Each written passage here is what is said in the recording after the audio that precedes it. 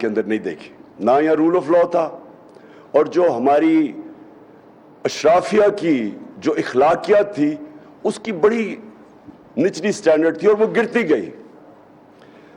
یہ دو چیزیں تھیں، اور تیسری چیز تھی فریڈم آف ایکسپریشن۔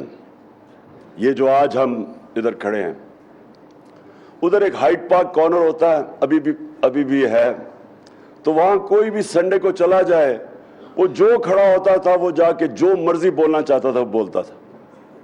لیکن اگر آپ پبلکلی کسی بھی انسان کو سلانڈر کریں، یعنی اس کے کردار کشی کریں، تو جتنے اسٹرکٹ قانون وہاں تھے، میں وہ ایک کیس لڑا ہوں انگلینڈ کا، وہ 3 ہفتے front page headline case تھا، 2 ان کے کھلاڑی ایئن بوتھم اور ایلن ریم نے میرے اوپر کیس کیا، اور میں وہ عدالت کے اندر وہ کیس لڑا ہوں، اور میں آپ کو یہ بتا سکتا ہوں کہ ان کی اتنی اسٹرکٹ سٹینڈرڈز ہیں، آپ اگر کسی کی توہین کر دیں، سلانڈر کر دیں، تو جو پروٹیکشن ہے ایک انسان کو اپنی ڈگنیٹی کی، وہ کبھی بھی میں نے پاکستان میں نہیں دیکھی۔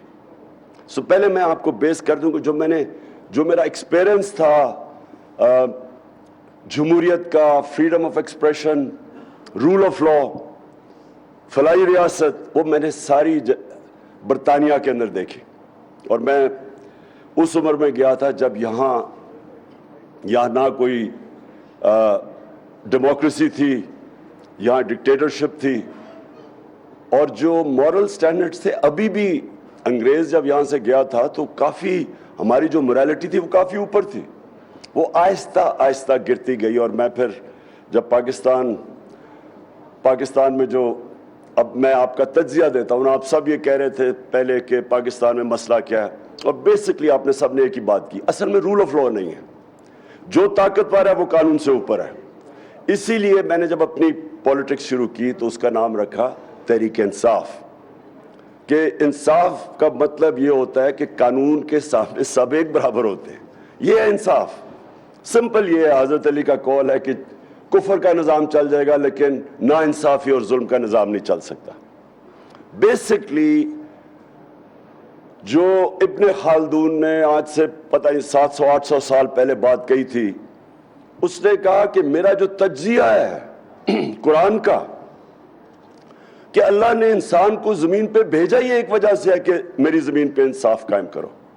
سو بیسکلی ایک معاشرہ جو ہوتا ہے وہ سیولائز معاشرہ ہوتا ہی انصاف پہ ہے، اور رول آف لا کا مطلب یہ ہوتا ہے کہ قانون کے نیچے سب ایک برابر۔ اور پھر میں نے پہلے ویسٹرن سسٹم سارا سٹڈی کیا، اور پھر میں نے اپنی اسلام کی تاریخ سٹڈی کی۔ میں جو مدینہ کی ریاست کی بات کرتا ہوں، آپ کو حیرت ہوگی کہ جو آج ویسٹرن ڈیموکریسیز جن پرنسپلز پہ کھڑی ہیں وہ ساری مدینہ کی ریاست کی پرنسپلز ہیں۔ رول آف لا، سب سے پہلی چیز کہ نبی صلی اللہ علیہ وسلم نے کہا میری بیٹی بھی اگر جرم کرے گی اس کو سزا ملے گی، کوئی قانون سے اوپر نہیں ہے۔ اور جو سب سے امپورٹنٹ بات کہی میں، اور یہ پھر میرا 70 سال کی عمر کا ہو گیا ہوں، ساری دنیا میں جو میں نے دیکھا ہے، ایک ڈفرنس ہے خوشحال معاشروں میں اور وہ جدھر غربت ہے، ایک ہی ڈفرنس ہے، رول آف لا۔ جس معاشرے کے اندر قانون ہوتا ہے، انصاف ہوتا ہے، وہ ہمیشہ خوشحال ہوتا ہے۔ اور نبی صلی اللہ علیہ وسلم نے تب 1500 سال پہلے کہہ دیا تھا کہ تمہارے سے پہلے بڑی قومیں تباہ ہوئیں، جدھر کمزور کے لیے ایک کمزور چوری کرے تو جیل میں ہے، طاقتور چوری کرے تو این آر او مل جائے۔ یہ تب وہ کلیئر تھا کہ جب آپ طاقتور ڈاکو کو نہیں پکڑ سکتا، جو بھی معاشرہ وہ تباہ ہو جاتا ہے۔ آپ ساری ڈیولپنگ ورلڈ دیکھ لیں، ساری ڈیولپنگ ورلڈ دیکھ لیں، ایک ہی مسئلہ ہے وہاں، طاقتور سے چوری کر کے سارے پیسے بھجوا دیتا ہے ویسٹرن اکاؤنٹس میں۔ ایک fact I panel, United nations کے سیکرٹری جنرل نے ایک پینل آف اکانومسٹ بٹھائی جس سے صرف اس کا کام تھا کہ آپ یہ بتائیں کہ کیسے امیر ملک امیر ہوتے جا رہے ہیں، غریب ملک غریب ہوتے جا رہے ہیں۔ اس پینل نے 1 سال کے بعد رپورٹ دی، انہوں نے کہا 1.7 ٹریلین ڈالرز 1700 ارب روپیہ غریب ملکوں سے ہر سال چوری ہو کے امیر ملکوں میں اور آف شور اکاؤنٹس میں جاتا ہے. ساری جو غریب ملک ہیں ادھر ساری جگہ جو ان کے صاحب اقتدار ہیں, جو اشرافیہ ہے, وہ پیسہ چوری کر کے باہر بھیج دیتی ہے. وہ ڈفرنس بڑھتا جا رہا ہے. اور وہ کیوں ہے؟ کیونکہ ان کے اندر وہ ابیلٹی نہیں ہے, ان کے اندر قانون نہیں ہے طاقتور کو لانا قانون کے نیچے. اس لیے میں نے اپنی پارٹی بنائی تھی آج سے 26 سال پہلے, اور تب سے میری سٹرگل ایک ہی ہے. سٹرگل یہ ہے کہ یہ جو دو خاندان اس ملک کے اوپر 32 سال ہو گئے, اب انہوں نے 32 سال باریاں لی ہیں, یہ جو اوپر بیٹھے ہوئے ہیں, یہ جب تک آپ ان کو قانون کے نیچے نہیں لے کے آئیں گے, یہ کرپشن تو سمٹمز ہے نا, ایک بیماری ہے رول آف لا نہ ہونے کی, سمٹمز یہ ہے کہ وہ کرپشن ہے. یہ تب سے سٹرگل تھی, شروع ہوئی 26 سال پہلے. پاکستان میں کیوں نہیں رول آف لا آیا؟ ملٹری ڈکٹیٹرز نے 64 سال میں آدھا ملٹری نے حکومت کی ہے, آدھا کی ہے ان دو خاندانوں نے. کیوں نہیں دونوں کے دور میں رول آف لا آیا؟ ملٹری جب ایک ڈکٹیٹر ملک کو سنبھالتا ہے, ٹیک اوور کرتا ہے, تو وہ by definition rule of law کو ختم کر دیتا ہے, وہ اپنے آپ کو قانون کے اوپر لے آتا ہے. اور وہ پھر جب ڈکٹیٹر اپنے آپ کو ڈیموکریٹ بنانے کی کوشش کرتا ہے, وہ سارے اداروں کی دھجیاں اڑا دیتا ہے. تینوں ڈکٹیٹرز نے یہ کیا, ساروں نے اپنے آپ کو جمہوری بنایا, بائی ڈیفینیشن انہوں نے اداروں کو کمزور کر کے رکھ دیا, اپنے آپ کو قانون کے اوپر رکھ دیا. اور پھر جب ایک ڈکٹیٹر اپنے آپ کو ڈیموکریٹ بناتا ہے تو اس کے لیے امپورٹنٹ ہوتا ہے میڈیا کو کنٹرول کرے, کیونکہ میڈیا تنقید کرے گا. جب وہ قانون توڑے گا یا قانون سے اوپر ہوگا تو میڈیا اس کی تنقید کرے گا, تو اس کی مجبوری بن جاتی ہے اس کو کنٹرول کرنے کی. جنرل مشرف نے شروع میں, کیونکہ لوگ دو پارٹیز کے 11 سالوں میں تنگ تھے, اور ہمیں پتہ ہے کہ جب جنرل مشرف نے ٹیک اوور کیا تو یہاں بڑی خوشیاں بنی, کیونکہ دو دفعہ وہ دونوں گورنمنٹس کرپشن پہ نکالی گئی اور کرپشن کر رہی تھی. جب جنرل مشرف نے ٹیک اوور کیا تو وہ پاپولر تھا, کیونکہ اس میں خوشحالی بھی آنی شروع ہو گئی, اور ٹیرر میں شرکت کی جس نے تباہی مچائی. تو ہوا کیا کہ آہستہ آہستہ وہ جماعتیں ریوائیو ہونا شروع ہو گئی. اس نے پہلے شروع میں میڈیا کو کھول دیا. جب اس نے دیکھا, جب خاص طور پہ وہ چیف جسٹس کی موومنٹ شروع ہوئی آزاد عدلیہ کی, تو اس نے تب جا کے میڈیا کو کلیم ڈاؤن کیا کہ اس کے خلاف جانی شروع ہوگی. اس سے پہلے میں آپ کو بتاتا ہوں, کیونکہ میں تو اپوزیشن میں تھا, میڈیا کے اوپر کبھی اس طرح کی جو آج میں دیکھ رہا ہوں, کبھی میڈیا کے اوپر اس طرح کی انہوں نے کلیم ڈاؤن نہیں کیا جو آج ہے. اب یہ دو پارٹیز آئی, دو خاندان, ان کی کیا مجبوری ہے؟ دونوں کرپشن پہ پکڑے شروع کر دی انہوں نے کرپشن. جب کرپشن کی تو ان کی مجبوری بن گئی عدلیہ کو بھی آن سائڈ رکھا جائے اور میڈیا کو بھی کنٹرول کیا. یہ دو ایریا سے یہ ڈرتے تھے. تیسرا ان کا مسئلہ تھا فوج, کیونکہ وہاں ISI کو سارا پتا تھا ان کی چوریوں کا, وہ ساری ریکارڈ رکھتے تھے. تو ان کی مجبوری کیا ہوئی, نواز شریف کا سارا اینڈ میں وہ عدلیہ کو بھی سنبھال لیتا تھا, میڈیا کو بھی سنبھال لیتا تھا, لیکن اس کا پرابلم ہو جاتا تھا فوج, اور پھر وہ آرمی چیفز کے ساتھ اس کا مسئلہ بنتا تھا. وہ اس لیے نہیں تھا کہ وہ رول آف لا چاہتا تھا, اس کا پرابلم یہ تھا کہ یہ ساری جو رپورٹس نکلتی تھی کرپشن کی, یہ نکلتی تھی ایجنسیز کے ذریعے. زرداری کا سملر پرابلم تھا. تو انہوں نے بھی میڈیا کو کلیم ڈاؤن اس لیے کیا کہ یہاں وہ کنٹرول کرنا چاہتے تھے انفارمیشن. میرے اوپر نجم سیٹھی نے, جب میں پاور میں آیا تو اس نے میرے اوپر الزام لگایا, دو اس کے الزام لگائے. میں عدالت میں چلا گیا, 3 سال ایز پرائم منسٹر مجھے تو کوئی ریلیف نہیں ملا. نواز شریف کے اوپر اس نے جب 97 یا 98 میں الزام لگایا, اس نے اس کو 3 دن بند کر کے مار پڑوائی. فرق کیا تھا؟ فرق یہ تھا کہ میں جب بنا تو مجھے کوئی میڈیا سے کبھی خطرہ نہیں تھا.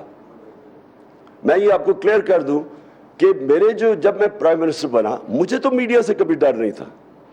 اور آپ اگر اٹھا کے دیکھیں جتنی تنقید مجھے 3.5 سال سے میڈیا سے ہوئی, کسی پرائم منسٹر کو نہیں ہوئی ایسی تنقید. میں نے تو کبھی کوشش نہیں کی میڈیا کو پیسے کھلانے کی.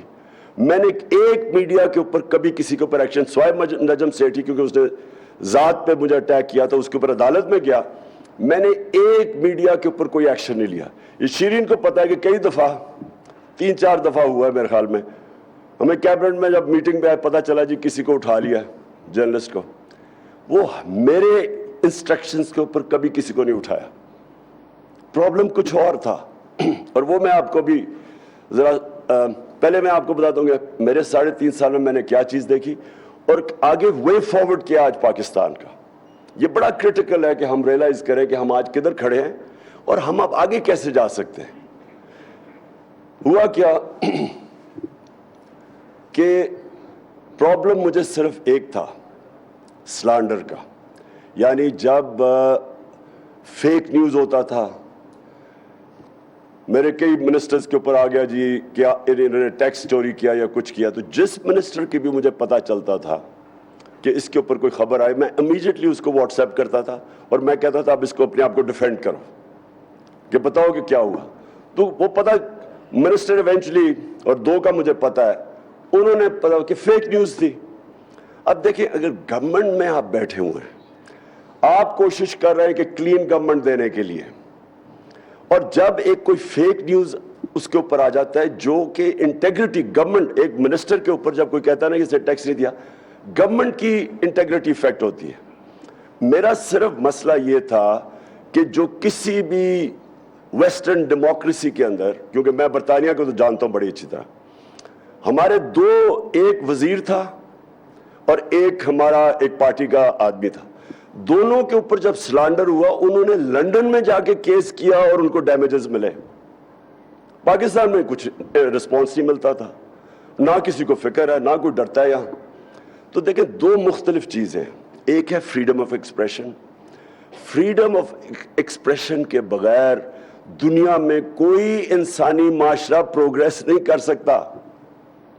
لیکن جو ہر چیز کی لمٹ ہوتی ہے, ایک آپ لائن کراس کریں جدھر آپ کسی کو بلیک میل کریں, اس کی توہین کریں, اس کے اوپر فیک نیوز بنائیں, اس کی انٹیگریٹی کے اوپر, اور وہ گورنمنٹ میں بیٹھا ہوا ہے, تو اس کے بعد ریکورس ہونا چاہیے ان کو اپنے آپ کو ثابت کرنا کہ اور دوسرے کو سزا ملنی چاہیے اس پر, جو کہ برطانیہ میں ہے. جو میں کیس لڑا تھا اس پہ اتنا بڑے ڈیمیجز انوالوڈ تھے کہ اگر وہ میں کیس ہار جاتا تو کمپلیٹلی بینکرپٹ ہو جانا تھا. اتنا خوف ہے وہاں کہ آپ کوئی بھی میڈیا کے اوپر ایسی بات نہ کریں جو آپ ڈیفینڈ نہ کر سکیں, کسی کی توہین نہ کریں. سو 2 مختلف, ایک فریڈم آف ایکسپریشن ہے, ایک رائٹ ٹو ڈگنیٹی ہے ہر شہری کا. تو میرا صرف جو بھی یہ پیکا کے اوپر جب مجھے بات چیت ہو رہی تھی, کیونکہ ایک اور ایلیمنٹ آ چکا ہے اب, اور وہ ہے سوشل میڈیا. سوشل میڈیا کے اوپر کئی دفعہ اتنا گند آ رہا تھا, یعنی ایسی غلیظ چیزیں آ رہی تھیں, اب اس کے اوپر پروٹیکشن چاہتے تھے ہم. تو ہمارا تو انٹرسٹ بہت تھا کہ, اور بائی دی وے یہ ہمارا ایشو نہیں ہے, ساری دنیا کے اندر, کیونکہ سوشل میڈیا نیا فینومینا ہے, ساری دنیا کے اندر ڈیبیٹ چل رہی ہے کہ اس کو آپ نے کیسے چینلائز کرنا ہے. اس کو برطانیہ کے اندر اب بڑے اسٹرکٹ لاز ہیں سوشل میڈیا کے اوپر, بالکل وہی قانون ہے جو کہ عام میڈیا کے اوپر ہے, وہ کر سکتے ہیں. ہمارا ابھی یہ سارا ایک فلوئڈ سچویشن ہے.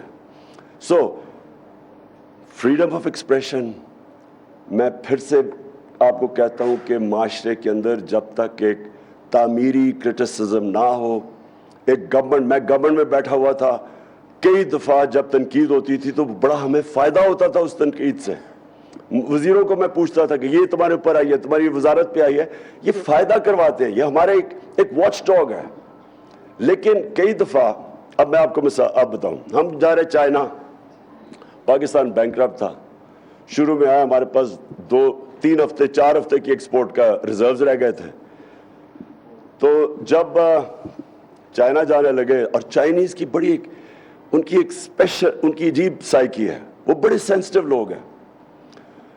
چائنا صبح جانے لگا تو 2 مین پیپرز کے فرنٹ پیج پہ لکھا ہوا ہے کہ Imran Khan decides to review CPEC. اب دونوں headline, major headlines تھی. جیسے ہی وہاں پہنچے, وہاں ایمبیسڈر خاتون مجھے ملنے آئیں, انہوں نے کہا ہمیں اتنا مسئلہ بڑا ہے. چائنیز ہوم منسٹری نے, انہوں نے ہمیں بلا کے پوچھا کہ یہ کیا مطلب تمہارا, وہ بالکل ایک دن تو ان کو ٹھیک کرنے میں لگا کہ یہ فیک نیوز ہے. سو میرا صرف یہ مسئلہ تھا کہ ایک آگے ملک کا مسئلہ, اکنامک سچویشن بڑا مشکل تھا, اس کے بعد ایڈیشنلی یہ فیک نیوز ہمارے لیے مشکلیں پیدا کر. ایک دفعہ آ گیا جی IMF سے سمجھوتا ہو گیا کہ روپیہ 184 پہ پہنچ جائے گا, ان دنوں میں روپیہ 140 پہ تھا.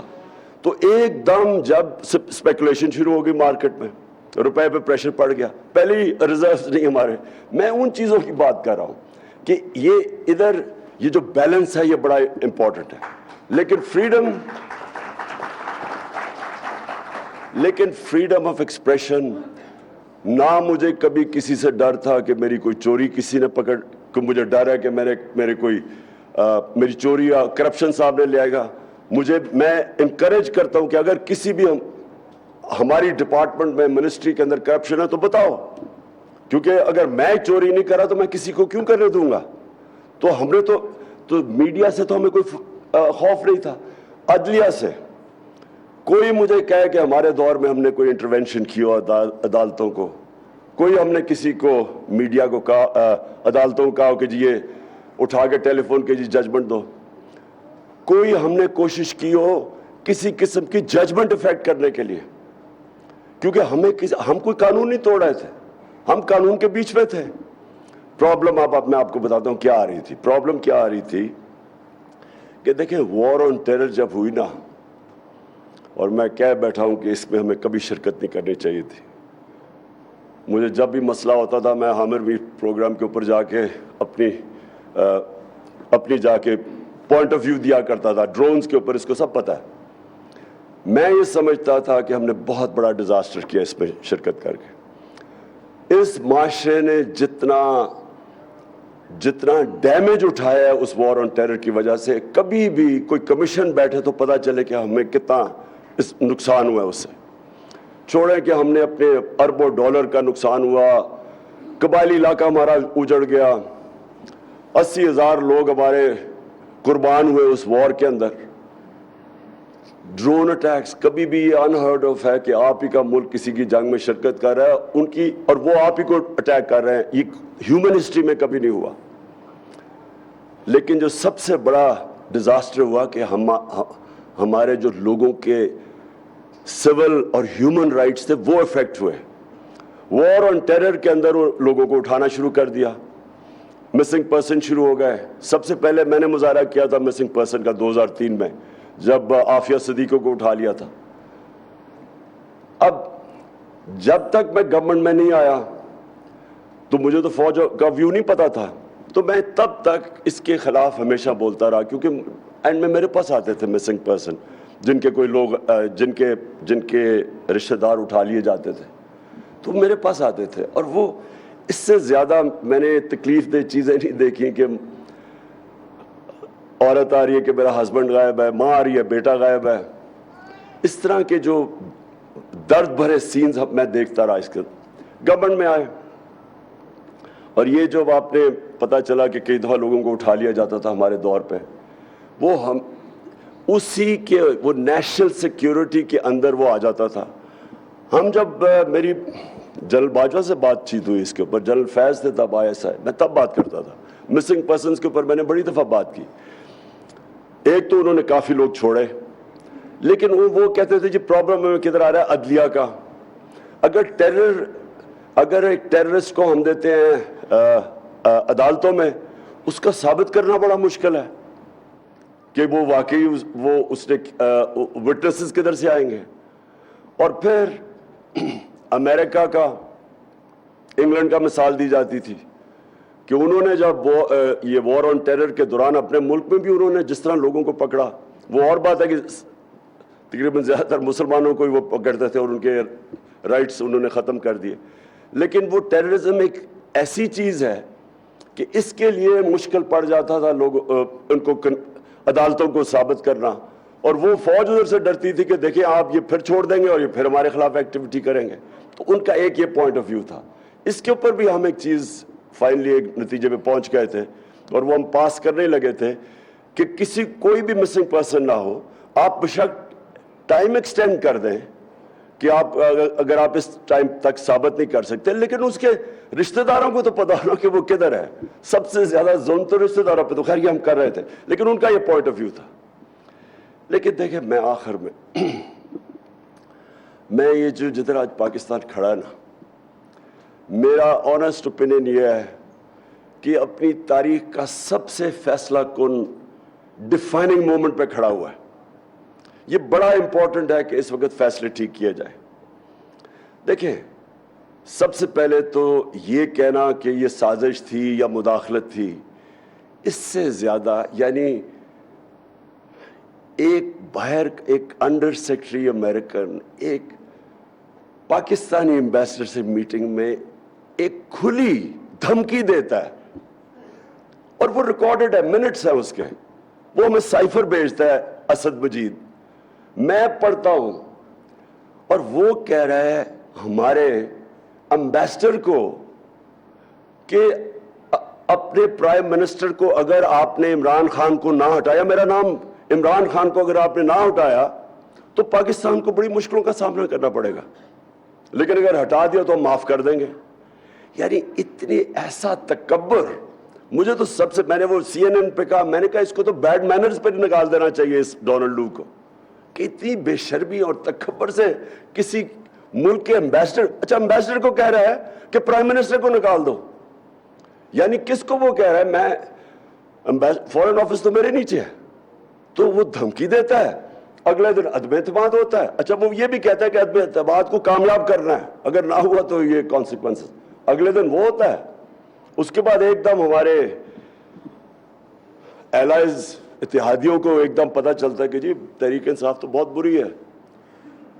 اب یہ جو آخری 2 سال پاکستان اکنامک افیئرز کے اندر ڈاکیومنٹڈ ہے کہ 17 سال میں سب سے بہترین ڈیولپمنٹ ہوئی آخری 2 سال میں، یہ گورنمنٹ کی economic survey, Pakistan economic survey کے اندر، تو وہ جو سب سے بہتر سال تھے، اکانومی گرو کر رہی ہے 5.6 اور 6% پہ 17 سال کے بعد. اور وہ مشرف کا دور تھا جب باہر سے ڈالرز آ رہے تھے پاکستان میں.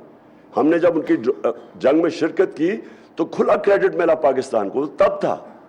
تو کرونا کے باوجود ایک اکانومی اوپر جا رہی ہے اور سسٹینیبل گروتھ پہ کہہ رہا ہے آئی ایم ایف پاکستان جا رہا ہے.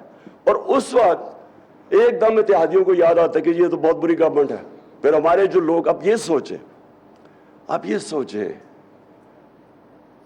کہ امریکن ایمبیسی ان لوگوں کو بلا رہی ہے جو ہمارے بیک بینچرز تھے، ان کو پتا تھا خوش نہیں ہے.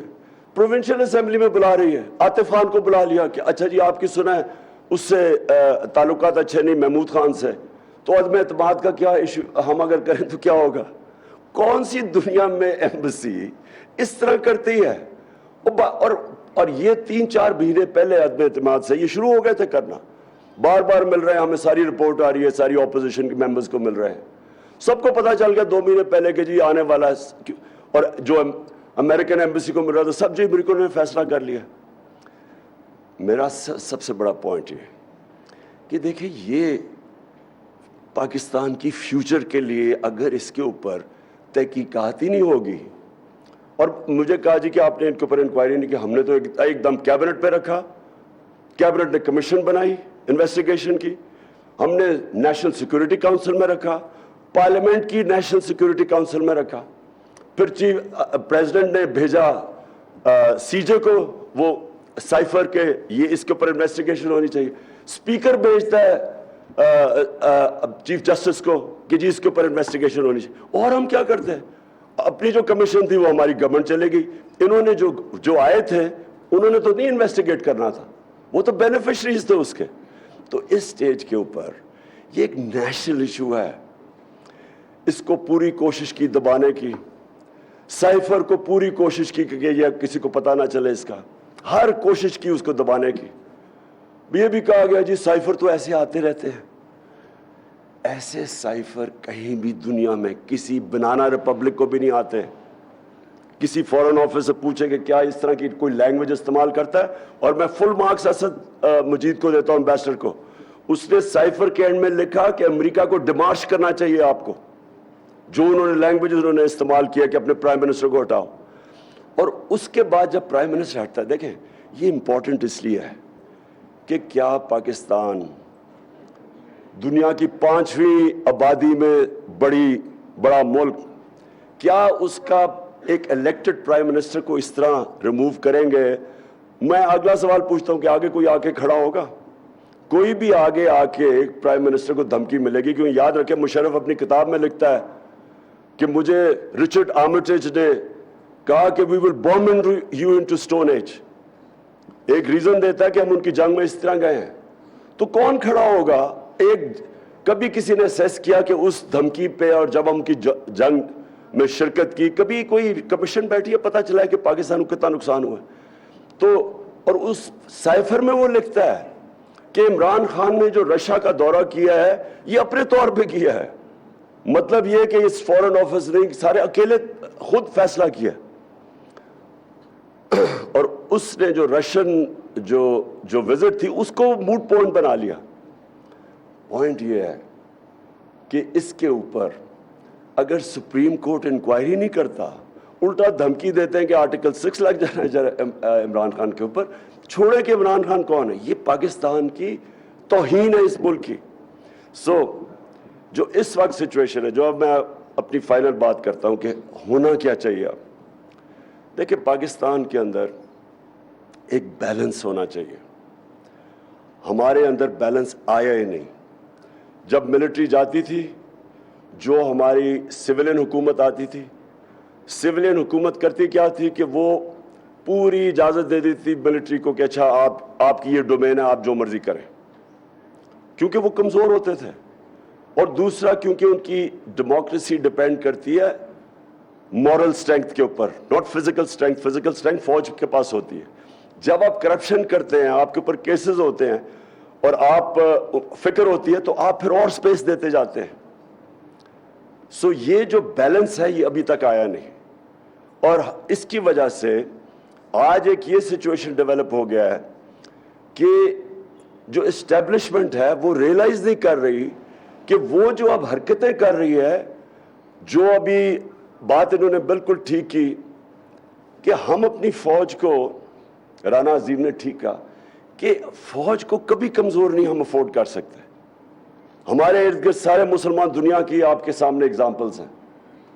ساری آپ سیریا لے لیں, یمن, سیریا, صومالیہ, افغانستان, ایک لیکن سب کا جو حال ہوا ہے جب کیونکہ وہ ڈیفینڈ نہیں اپنے آپ کو کر سکتے. پاکستان کے پاس بہت بڑا ایسٹ ہے, طاقتور فوج.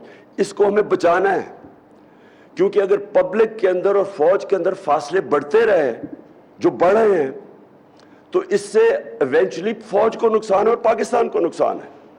جب ہماری اسٹیبلشمنٹ کو ڈیفرینشیٹ کرنا چاہیے, کب آپ تعمیری تنقید کر رہے ہیں اور کب آپ ڈیمیج کر رہے ہیں اس کو, اس میں فرق ہے. جب آپ ان کو یہ کہتے ہیں کہ آپ جب ایک اسٹیبلشمنٹ کے فٹ پرنٹ اس طرح آ جاتا ہے کہ صحافیوں کو پکڑ کے آپ یہ کر رہے ہیں, اور جو تھوڑی سی بھی آپ سمجھیں کہ تنقید ہوئی ہے فوج کی تو آپ نے ایکشن لے لیا, یہ نقصان دے رہا ہے ہماری فوج کو. اس سے فائدہ نہیں ہو رہا, انفارمیشن رک نہیں سکتا. یہ سوشل میڈیا کا زمانہ ہے. یہ غلط فہمی ہے کسی کی کہ جی سوشل میڈیا کو آپ کوئی کنٹرول کر رہا ہے. سوشل میڈیا ایک ایسی چیز ہے کہ جس کے پاس موبائل فون ہے اس کی آواز ہے, آپ اس کو کنٹرول نہیں کر سکتے. اور آپ کنٹرول کرنے جتنی مرضی کوشش کریں, یہ ایک ایسی اب چیز دکھلائی کسی کے کنٹرول میں نہیں ہے. اس لیے یہ جو اب پیریڈ ہے اس کے اندر ہمیں ریفلیکٹ کرنا چاہیے کہ کیا یہ جو فیصلہ کیا, جو بھی یہ فیصلہ نہ روکنے کا کیا, ایک امریکن سازش کے تحت ایک ان نیچرل سیٹ اپ آ گیا, کیا یہ پاکستان کے فائدے میں ہے؟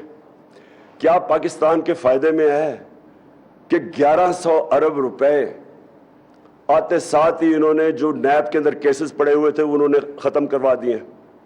سارے جن کے کیسز تھے, اور یہ پچھلے 10 سال کے کیسز تھے, یہ سارے ختم کروا لیے. جو ایف آئی اے کے اندر 16 ارب روپے کا open and shut case Shehbaz Sharif اور بچوں کے, وہ 4 وٹنسز مر چکے ہیں ابھی تک. جب سے یہ آئے ہیں 4 وٹنسز مر گئے ہیں, جس میں مقصود چپڑاسی بھی, اور 1 انویسٹیگیٹر مر چکا ہے. ہارٹ اٹیک سے. اور یہ جو عمران ریاض نے جو بتایا کہ ان کو جب وہ جیل سے نکلے ہیں تو ان کو تب سے پرابلمز ہے, صحت کے پرابلمز ہو گئے ہیں, اور وہ سمجھتے ہیں ان کو زہر دی گئی ہے, سلو پوائزننگ کی گئی ہے. یہ انویسٹیگیٹ کرنا چاہیے کہ یہ کمال ہوا ہے کہ ایک دم 4 وٹنسز مر گئے ہیں اور ایک انویسٹیگیٹر اور دوسرے انویسٹیگیٹر کو ہارٹ اٹیک ہوا, بچ گیا ہے. اور یہ ہمیں سوچنا چاہیے کہ اس سیٹ اپ کو اگر بیک کر رہی ہے ہماری اسٹیبلشمنٹ, جو کہ ساری قوم کو پتہ ہے, ان کے اپنے بیان ہیں, ایک دوسرے کیسز سارے اپنے دور پہ بنائے ہوئے ہیں. یہ جو 10 سال کے کیسز ہیں 95% تو ان کے دور کے بنے ہوئے ہیں. وہ کیسز معاف کروا رہے ہیں. ایک طرف ملک نہیں سنبھالا جا رہا, مہنگائی اسپانوں پہ, اکانومی ٹینک کر گئی ہے. بلومبرگ کی رپورٹ ہے کہ پاکستان اب چوتھا رہ گیا ہے جو ڈیفالٹ کرنے جا رہا ہے. دنیا میں چوتھے نمبر پہ پاکستان ہے جو ڈیفالٹ کرنے جا رہا ہے, سری لنکا کے بعد. تو کوئی سوال یہ پوچھے کہ یہ جو سارا ہوا ہے, یہ جو فیصلہ کلیئرلی ایک بند کمروں میں جو بھی فیصلہ ہوا ہے بیک کرنے کا انہیں, کیا یہ پاکستان کا فائدہ ہے؟ اور اس کو ایک اس کرپٹ سیٹ اپ کو بیک کرنے میں کیا نظر نہیں آ رہا اسٹیبلشمنٹ کو کتنا نقصان ہو رہا ہے ان کو؟ اور کیا یہ ٹھیک کام کر رہے ہیں؟ کس نے فیصلہ کیا ہے کہ یہ فیصلہ ٹھیک تھا؟ بند کمروں میں فیصلے ہو جاتے ہیں, پلان اے بنتا ہے, پھر فیصلہ کب پلان بی بنتا ہے وہ بند کمروں میں ہی فیصلہ ہو جاتا ہے. اب پلان سی کیا ہوگا وہ بھی بند کمروں میں ہوگا. جب آپ کے فیصلے اس طرح ہوتے ہیں کیسے ہو سکتا ہے کہ آپ کے فیصلے ٹھیک ہو؟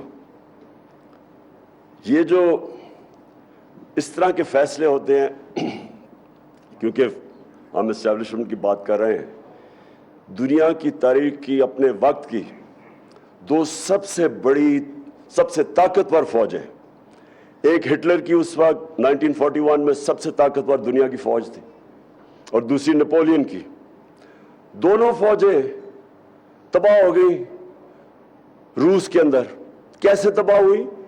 روس کی انہوں نے جب اٹیک کیا تو سردی آنی شروع ہو گئی. بڑے لوگوں نے سمجھایا, اپنے جنرلز نے, اپنے ٹاپ کو جو 2-3 تھے, لیکن ڈرتے تھے. نپولین کا بھی بہت بڑا اسٹیچر تھا اور ہٹلر سنتا ہی نہیں تھا. انہوں نے سمجھایا کہ جی سردیاں آ رہی ہیں, جو یو ٹرن کرنی چاہیے تھی. بائی دا وے جنرلز کے لیے, لیڈرز کے لیے یو ٹرن بہت ضروری ہوتی ہے,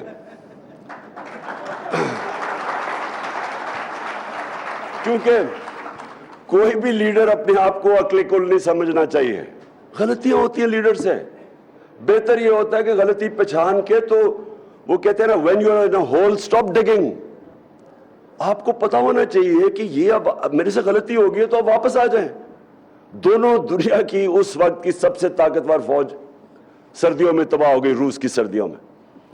آج بھی ایک ہی راستہ ہے. جتنا اس اب میں کیا کہوں, آرٹیفیشل کرپٹ سیٹ اپ جن کو اکٹھا کیا گیا, 60% لوگ ضمانت میں. میں جو 2 باتیں کہی تھی انگلینڈ کے اندر, 2 چیزیں, ایک رول آف لا تھا اور ایک ان کی اخلاقیات تھی. آپ صرف ایک چیز سوچ لیں, بورس جانسن بھاری اکثریت سے جیتتا ہے, وہ اس کی اپنی پارٹی نکال دیتی ہے. کس چیز پہ؟ پاکستان میں خبر بھی نہیں بننی تھی, یا خبروں میں بھی نہیں آنا تھا کہ جناب وہ کورونا کے دور, وہ نے جب 10 ڈاؤننگ اسٹریٹ میں انہوں نے جب کام ختم کیا تو وہ سارے گیدر ہو گئے ڈرنکس کے لیے. یہ خبر بھی نہیں بننی تھی. اس کے اوپر اچھا اس نے کیونکہ کور اپ کیا, جھوٹ بولا, اس کو فارغ کر دیا. کلنٹن اور بیوی اگر کہہ رہی ہے کہ جی مجھے مونیکا لیونسکی کا فرق نہیں پڑتا, اس کو انہوں نے امپیچمنٹ کر دی اس کی. رچرڈ نکسن, وہ ایک سب کے فون ٹیپ ہیں یہاں, میرے بھی آپ نے دیکھا ہوگا, میرا پرائم منسٹر کے بھی فون ٹیپ ہیں. اس فون ٹیپنگ کے اوپر اس کو امپیچمنٹ کی, اس نے ریزائن کیا. ان کی صرف مورل سٹینڈرڈز دیکھیں, ڈیموکریسیز چلتی ہیں مورل اتھارٹی پہ. اب یہ مجھے یہ بتائیں کہ جو ایک انڈر ٹرائل باپ بیٹا, ایک چیف منسٹر بن گئے, پرائم منسٹر بن گئے, انڈر ٹرائل ہیں, 16 ارب روپے, وہ مجھے کیس پتا ہے, اوپن شٹ کیس ہے, نوکروں کے نام پہ 16 ارب روپے آ گیا. اس پہ کوئی اور ہوتا تو ابھی تک 1.5 سال جیل میں ہوتا. ان کو آپ ملک کا پرائم منسٹر بنا رہے ہیں اور چیف منسٹر. 60% کیبنٹ ضمانت پہ ہے.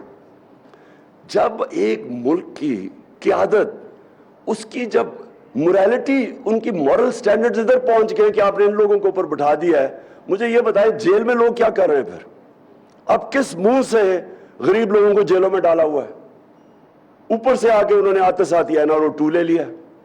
دیکھیں یہ سیٹ اپ جتنی دیر چلے گا ملک کمزور ہوگا, ڈی سٹیبلائز ہوگا, اور اس وقت اکنامک جو سٹیبلٹی ہے وہ ڈیپینڈ کرتی ہے پولیٹیکل سٹیبلٹی پہ. یہ سیٹ اپ کبھی چل ہی نہیں سکتا جن لوگوں کو انہوں نے اکٹھا کیا ہوا ہے. تقریریں سنیے اسمبلی میں ابھی بجٹ کے دوران, وہ جو ہمارے ساتھ تھے وہ جا کے کیا باتیں کر رہے تھے. اور وہ پنجاب کا سیٹ اپ کیا ہے؟ وہ تو ایک انکانسٹیٹیوشنل چیف منسٹر بیٹھا ہوا الیکشن کروا رہا ہے. ہر قسم کا سپریم کورٹ واضح کر بیٹھا ہے کہ تم نے کسی قسم کی استعمال نہیں کرنا اسٹیٹ مشینری. ذرا جا کے دیکھیں 20 حلقوں پہ ساری اسٹیٹ مشینری کوشش کر رہی ہے ان کو الیکشن جتانے کے لیے کل.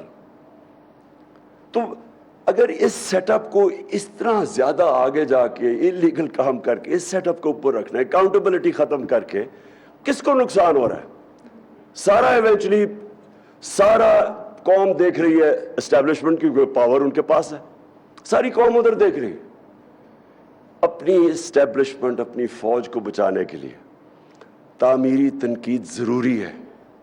ہمارے جو جرنلسٹ ہیں ان کو موقع دیا جائے تعمیری تنقید کرنے کی, کورس کریکشن کے لیے.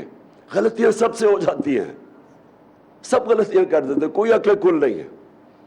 لیکن ایک جو تنقید ہوتی ہے وہ ایک جو بھی پاور میں ہوتا ہے اس کے لیے سارا وقت موقع مل رہا ہوتا ہے اس سے ڈفرینٹ اوپینین سن کے کہ میں کدھر ٹھیک جا رہا ہوں کدھر غلط.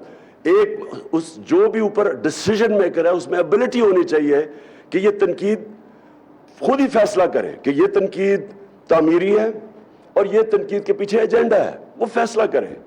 لیکن تنقید کو بند کرنا یہ تو اپنے آپ کو ایک فولز پیراڈائز میں رکھنا ہے, اور یہ نقصان سب کو ہو رہا ہے, ساری قوم کو ہو رہا ہے. جتنی دیر تک یہ انسٹیبلٹی چلتی رہے گی اتنی دیر تک اکانومی ہماری نیچے جاتی رہے گی. اور اکانومی اگر 4 نمبر پہ پاکستان ہے ڈیفالٹ کرنے والا, تو خود سوچ لیں کہ پاکستان کی آج کیا پوزیشن ہے. اور میں آج پھر سے کہتا ہوں کہ صرف ایک راستہ ہے, اور وہ راستہ ہے فری اینڈ فیئر الیکشنز. صاف اور شفاف الیکشنز کے علاوہ جدھر آج ہم پہنچ گئے ہیں پاکستان کے پاس اور کوئی دوسرا راستہ نہیں ہے. جو بھی راستہ اختیار کریں گے اس میں مسئلے ہی مسئلے ہیں, اور ایک فیلئر کو ری انفورس کرتے جائیں گے, اس سے اور زیادہ فاصلے بڑھتے جائیں گے قوم میں اور اسٹیبلشمنٹ میں. اور ہماری سب کی کوشش ہونی چاہیے کہ یہ ملک, ہمارے ملک میں ایک طاقتور فوج اس ملک کی ضرورت ہے. اور ہمارے ملک کے اندر یہ بھی ہمیں سمجھنا چاہیے کہ اس ملک کے اندر صرف ایک راستہ ہے, کوئی مارشل لا وغیرہ کا ٹائم نکل چکا ہے. صرف ایک ہے کہ ہم اپنی جمہوریت کو اسٹرینگتھن کریں, اور جمہوریت کو اسٹرینگتھن کرنے کے لیے جو میڈیا ہے, میڈیا کو آزاد کرنا اور پھر قانون کے تحت لمٹس رکھیں کہ سلانڈر نہ کرے. یعنی جو ساری, میں کوئی نئی چیز نہیں کہہ رہا, صرف جو قانون بنے ہوئے ہیں برطانیہ میں, کیونکہ وہیں سے ہم نے ڈیموکریسی لیا, ان کے قانون لے آئیں, جو وہاں قانون ہے وہ یہاں لے آئیں کہ سلانڈر کا کیا قانون ہے, اور پھر ان کو امپلیمنٹ کریں. اس وقت پرابلم کیا ہے کہ ہمارے پاس اگر قانون ہیں بھی وہ امپلیمنٹ ہی نہیں ہوتے, اس لیے کسی کو فکر ہی نہیں ہے, جو مرضی جس کے متعلق کہہ دے. اور خاص طور پہ سوشل میڈیا کو ریگولیٹ کرنا بڑا ضروری ہے. اس میں ایسا گند آ رہا ہے کہ وہ ہمارے معاشرے کو بڑا نقصان پہنچے گا, تو وہ معاشرے کو بچانے کے لیے ریگولیٹ کرنا سوشل میڈیا کو بہت ضروری ہے. میں پھر سے رانا عظیم آپ کا شکریہ ادا کرتا ہوں. میں سارے جو ہمارے آنریبل سپیکرز آئے, میں ساروں نے بڑی وہ باتیں کی جو ہم سب اگری کرتے ہیں کہ فریڈم آف ایکسپریشن کے بعد بغیر کوئی بھی معاشرہ ترقی نہیں کر سکتا. شکریہ جی.